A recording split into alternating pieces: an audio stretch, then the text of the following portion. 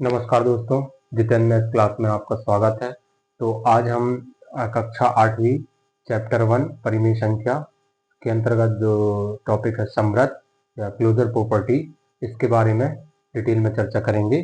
पहले की क्लासों में हमने परिमेय संख्या के अंतर्गत जो पूर्ण संख्या, पूर्णांक संख्या, इंटीजर नंबर, परिमेय संख्या और उसके अंतर्गत योज्य दशमक, गुणात्मक दशमक, योज्य प्रतिलोम, गुणात्मक प्रतिलोम, इनके बारे में चर्चा किया था और बोर्ड मास नियम भी हमने अपने इसमें पढ़ाया हुआ है। तो आप अगर बोर्ड मास नियम को पहले समझ लेंगे तो इसको समझने में बहुत आसान होगा। तो आप मेरे वीडियो में बोर्ड मास नियम का डला हुआ है तो उसको डिटेल में समझिए और फिर इसको समझिए तो बहुत ही बेहतरीन तरीके से समझ में आएगा। तो चलिए हम सीधे आते हैं टॉपिक पर, समृद्ध या क्लोजर प्रॉपर्टी। समृद्ध, अब समृद्ध किसके अंतर्गत समृद्ध है, सबसे पहले हम ये जानेंगे पूर्ण संख्या के अंतर्गत समृद्ध योग के लिए समृद्ध है कि नहीं, पूर्णांक संख्या के लिए है कि नहीं, या परिमेय संख्या के लिए। बारी बारी से चर्चा करते हैं। तो आइए समृद्ध पढ़ेंगे। अब समृद्ध पूर्ण संख्या के अंतर्गत समृद्ध है या नहीं ये समझेंगे। सबसे पहले पूर्ण संख्या, पूर्ण संख्या क्या होती है। पूर्ण संख्या 0 से शुरू होती है, 0, 1, 2, 3, इनफाइनाइट या परिभाषित है ये संख्या। तो यहाँ पर योग के अंतर्गत सबसे पहले क्या करेंगे, योग के अंतर्गत पूर्ण संख्या समृद्ध है या नहीं, पूर्ण संख्या योग के अंतर्गत समृद्ध है या नहीं, ये सबसे पहले चेक करेंगे। तो आते हैं हम सबसे पहले, कोई भी समृद्ध का मतलब समझिए पहले।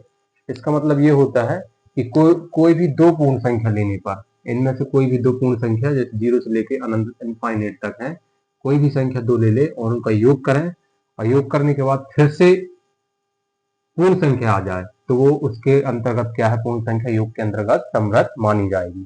इसी प्रकार हम व्यवकलन के लिए करेंगे, गुणन के लिए करेंगे, भाग के लिए करेंगे। तो आते हैं हम एक एक से चर्चा करते हैं।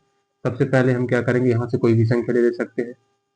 जैसे हमने ले लिया 5, हमने क्या ले लिया 5, प्लस करेंगे, योग के लिए बोला है, योग के लिए चेक करते हैं।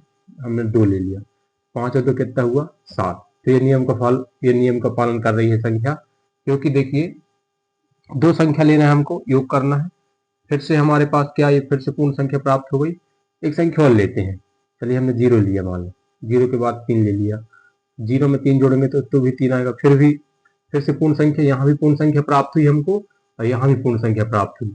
तो हम ये कहेंगे कि जो पूर्ण संख्या है योग के अंतर्गत समृद्ध है, पूर्ण संख्या योग के अंतर्गत क्या है, समृद्ध है। ये क्लोजर प्रॉपर्टी का पालन करती है। आगे आते हैं, व्यवकलन के अंतर्गत चेक करते हैं।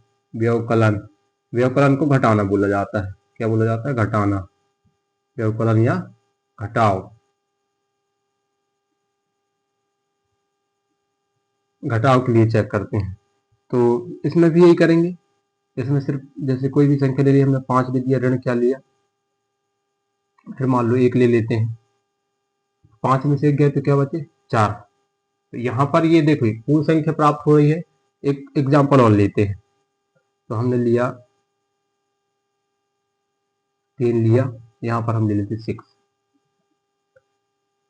घटाव या व्यवकलन बोला इसलिए हमने यहाँ माइनस किया और इसको घटाए, 3 में से 6 घटाएंगे, ऋण 6 घटाएंगे तो ऋण का निशान आएगा, क्योंकि बड़ी संख्या के सामने ऋण है। तो 6 में से 3 जाएंगे तो ऋण 3 आया। तो ये देखिए यहाँ पर ये जो हमारे पास ये आंसर आया इसका घटाने पर, ये पूर्ण संख्या का पालन नहीं कर रही है, मतलब पूर्ण संख्या इसमें प्राप्त नहीं हो रही है। इसमें तो हुई लेकिन इसमें नहीं हुई। तो हमारा ये कहना हुआ कि व्यवकलन के लिए पूर्ण संख्या जो है व्यवकलन के लिए समृद्ध नहीं है। तो आगे चलते हैं इसी प्रकार। व्यवकलन के बाद आते हैं गुणन के लिए चेक करते हैं। गुणन के अंतर्गत चेक करते हैं कि गुणन के अंतर्गत समृद्ध है कि नहीं।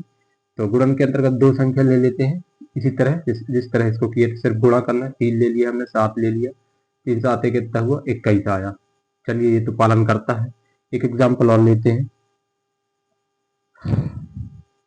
कोई भी संख्या दो ले सकते हो, 0 मानो 0 मान सकते हो, 0 और 5 मान लिए तो 5 का गुणा 0 में किए तो क्या आ गया 0 आ गया, मतलब ये भी पालन करता है। तो हम ये कहेंगे कि पूर्ण संख्या जो है गुणन के अंतर्गत समृद्ध है। गुणन के अंतर्गत क्या है, समृद्ध है, गुणन का पालन करती है। ठीक है। और इसके बाद क्या करेंगे, भाग के लिए चेक करते हैं।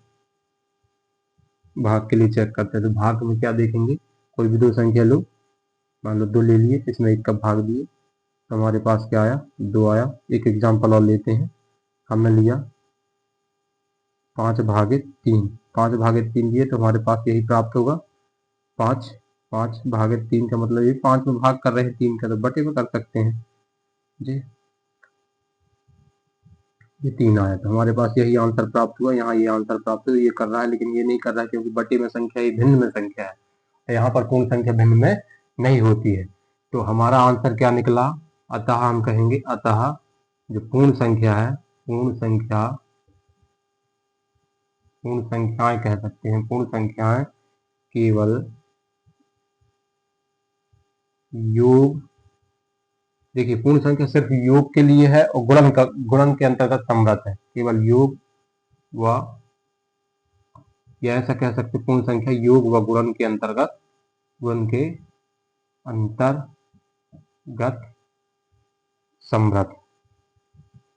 समृद्ध है।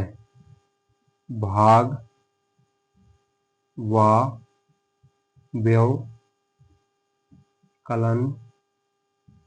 के लिए नहीं, भाग व व्यवकलन के अंतर्गत समृद्ध नहीं है। व्यवकलन के अंतर्गत समृद्ध के लिए समृद्ध नहीं है। भाग व व्यवकलन के अंतर्गत क्या है, समृद्ध नहीं है, ये याद रखना है हमको। तो ऐसे प्रश्न अक्सर एग्जाम में पूछे जाते हैं, या आपके टेस्ट कक्षा 8वीं के जो भी एग्जाम होगा, वार्षिक परीक्षा होगी, तो उसमें ये पूछने की संभावना रहती है विकल्प में, ये अक्सर याद रखिए। और कॉम्पिटिटिव एग्जाम जैसे वर्ग 3 का एग्जाम कोई देता है तो उसमें ऐसे प्रश्न बनते हैं, सीधे प्रश्न बनते हैं कि समृद्ध योग के लिए समृद्ध है नहीं, गुणन के लिए समृद्ध है नहीं। तो चलिए मिलते हैं अगले टॉपिक पर। इसी का पूर्णांक संख्या को हम अगले वीडियो में करेंगे। पूर्णांक संख्या किसके अंतर्गत समृद्ध है कि नहीं, ये चेक करेंगे। तो अगर यदि हमारा वीडियो आपको अच्छा लगा हो तो लाइक, शेयर और कमेंट करिए और सब्सक्राइब कीजिए। तो मिलते हैं नेक्स्ट वीडियो में। जय हिंद।